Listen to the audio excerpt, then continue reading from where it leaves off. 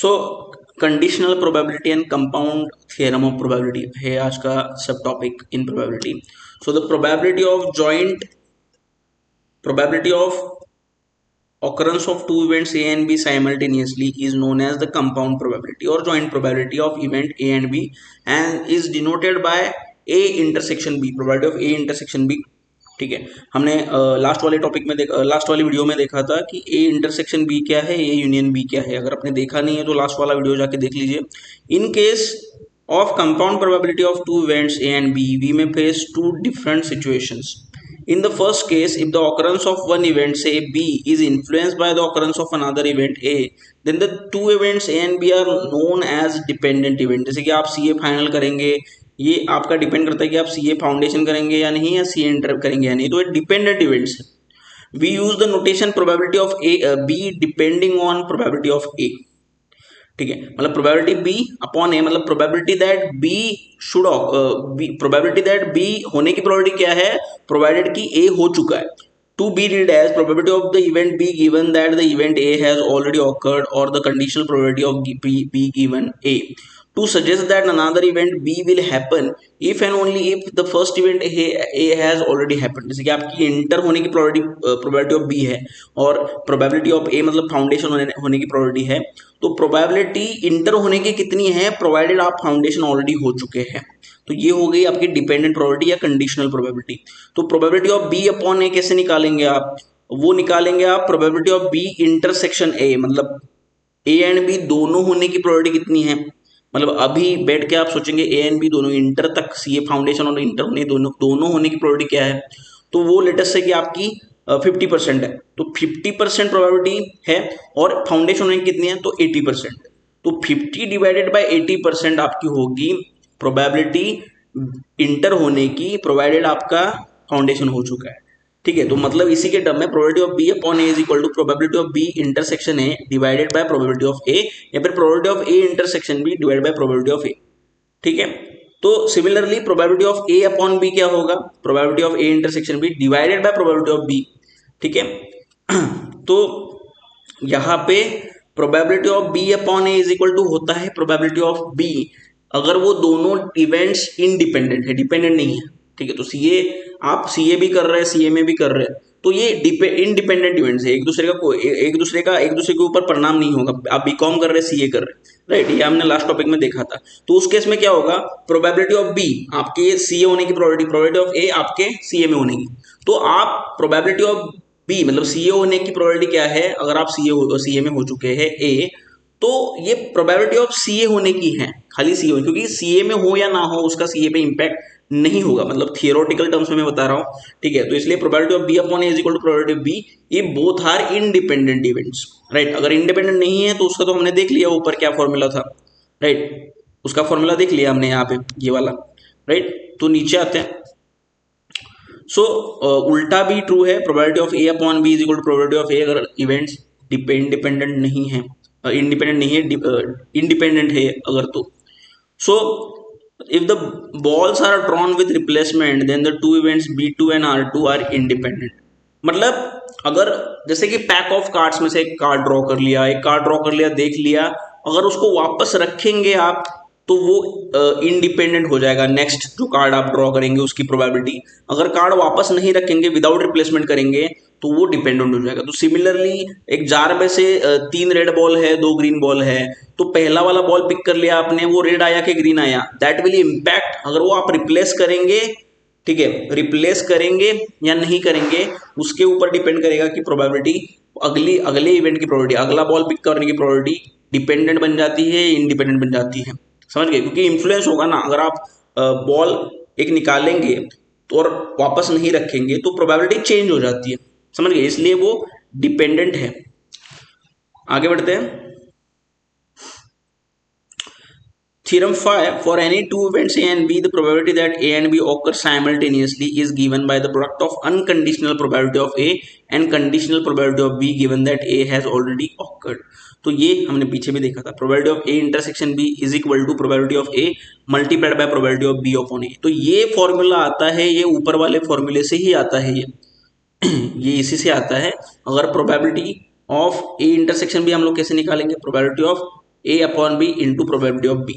ठीक है, तो इसको इंटरचेंज करने से ही आएगा, या फिर प्रोबेबिलिटी ऑफ बी कैसे आएगा, probability of A intersection B divide by probability of A upon B. तो इसको इंटरचेंज करने से ही ये वाली प्रोबेबिलिटी आएगी जो हम लोग देख रहे हैं। एनीहो, तो सफिशिएंट थियरम्स देख लिए, अगर प्रैक्टिकल देखेंगे तो अच्छे से समझ में आएगा। तो ये प्रॉब्लम्स देखते हैं हम लोग।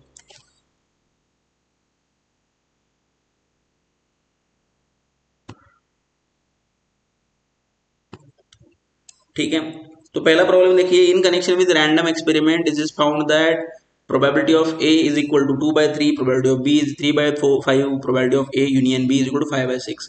Find A upon B। तो यहाँ पे आपको याद है मैंने लास्ट वीडियो में क्या बोला था, probability of A union B क्या है, so this is equal to probability of A plus probability of B minus probability of A intersection B।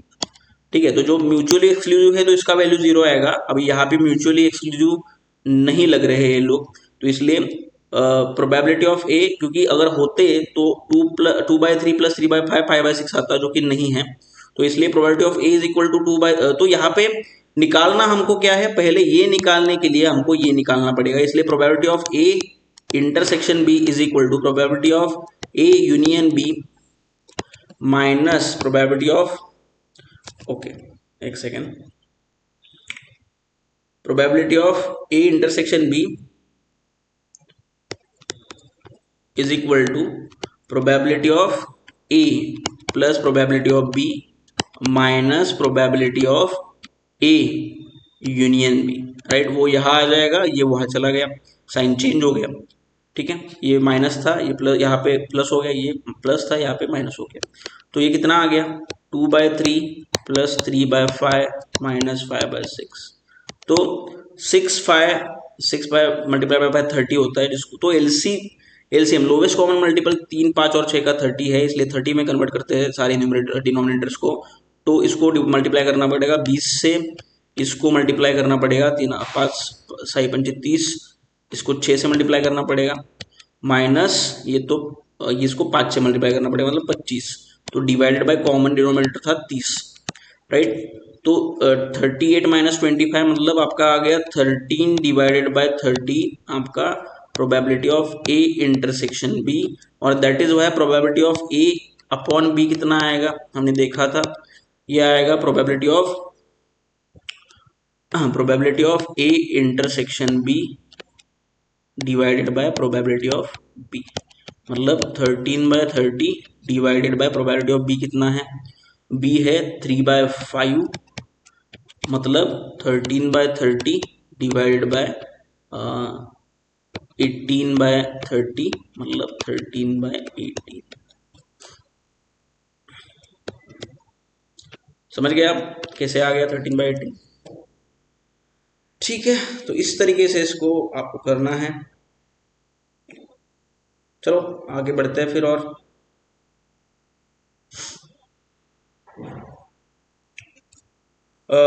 Rupesh is known to hit a target in 5 out of 9 shots, whereas David is known to hit the same target in 6 out of 11 shots. What is the probability that the target would be hit once they both try? तो दोनों target hit करेंगे, ये एक दूसरे के ऊपर dependent नहीं है, इंडिपेंडेंट, इसलिए उसका प्रोबेबिलिटी क्या आएगा कि दोनों में से कोई एटलीस्ट वंस मारेगा। तो ये आएगा प्रोबेबिलिटी रूपेश टारगेट हिट करता है, union probability David target hit करता है। तो ये क्या हो गया, probability R plus probability D minus probability R intersection D, क्योंकि दोनों के भी एक साथ हो सकते हैं। तो प्रोबेबिलिटी आर मतलब रुपेश का कितना है 5/9 प्लस डेविड का 6/11 माइनस इसका इंटरसेक्शन क्या होगा, तो इंटरसेक्शन मल्टीप्लीकेशन ही होगा simply, because they are not mutually exclusive, इसलिए मल्टीप्लीकेशन हो सकता है। 5/9 मल्टीप्लाइड बाय 6/11, तो ये हो गया 11। कॉमन मल्टीपल देखें, कॉमन मल्टीपल है 99, इसलिए इसको 5 into 11 55 plus 6 into 9 54 divided by 99, और यहाँ पे 30 डिवाइडेड बाय 99। तो ये कितना होता है आपका 55 प्लस 54, ये हो गया 99 ही होता है एक्चुअली, ये हो गया आपका 109 माइनस 30, 109 माइनस 30 मतलब 109 माइनस 30 मतलब कितना हो गया? देखो डाउट में हो तो कैलकुलेटर यूज कर लो, गलती नहीं करनी है। 109 माइनस 30, 79 डिवाइडेड बाय 99, राइट? ये हो गया आपका probability.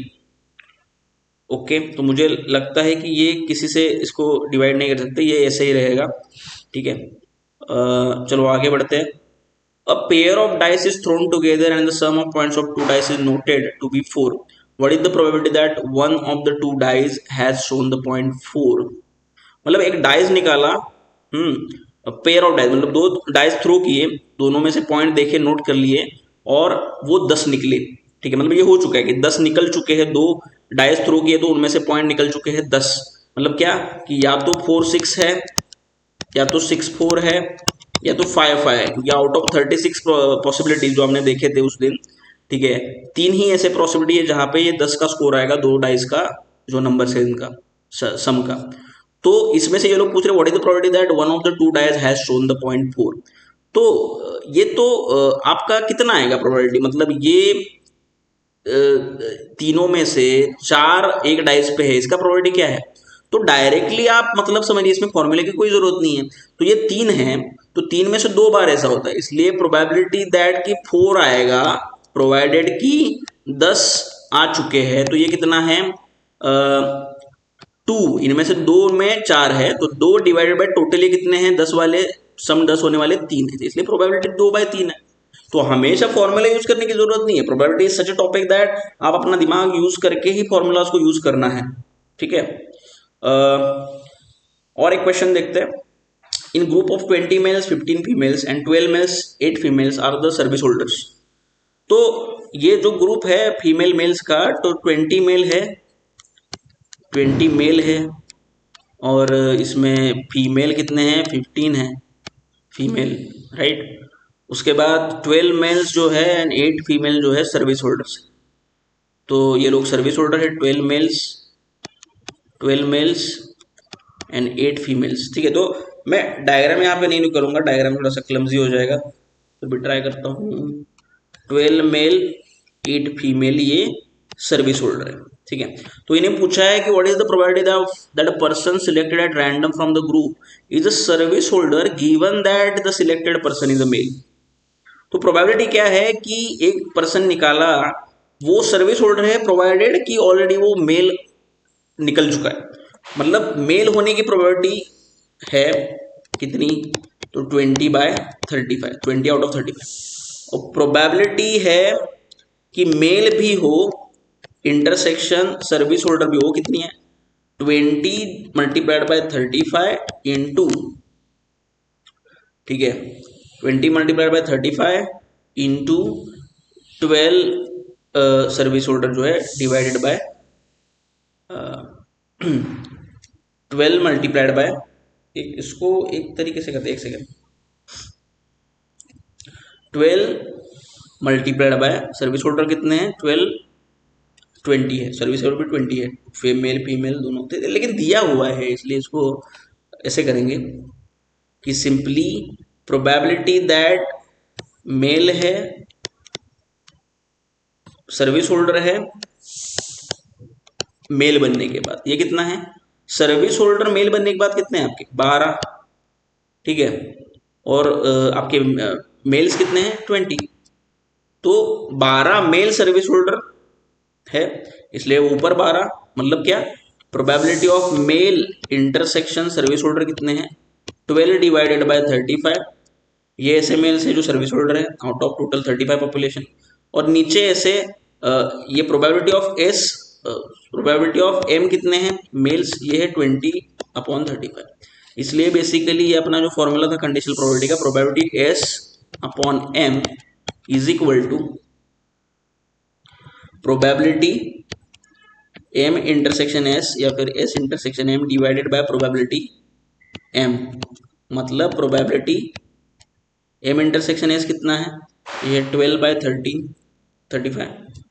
12/35 divided by probability M 20/35। तो ये हो गया, ये गया, ये गया, सो ये बचा 12/20 मतलब 3/5, ठीक है। तो थोड़ा सा दिमाग लगा के सोच के करना है ये कंडीशनल प्रोबेबिलिटी वाला, बाकी इजी है। आई होप आपको लेक्चर समझ में आ गया होगा, पसंद आ गया होगा। आज होमवर्क में आपको करना ये है कि ये टॉपिक रिवाइज करते समय जो पुराने एक पुराना मॉड्यूल जो है आप बेटर रहेगा कि पूरा सॉल्व कर लीजिए। हमारा जो ये क्वेश्चन है या हमारा जो रैपिड प्रिपरेशन कोर्स है उसको ज्वाइन कर सकते हैं आप। मैं आपको क्वेश्चन देता हूँ एक्सरसाइज के लिए, स्कैनर में से पोस्ट कर रहा हूँ।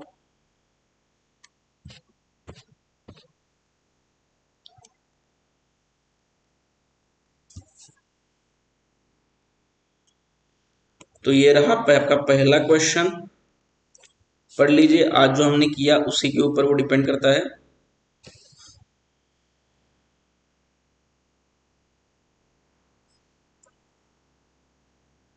और दूसरा क्वेश्चन आपके लिए यहाँ पे,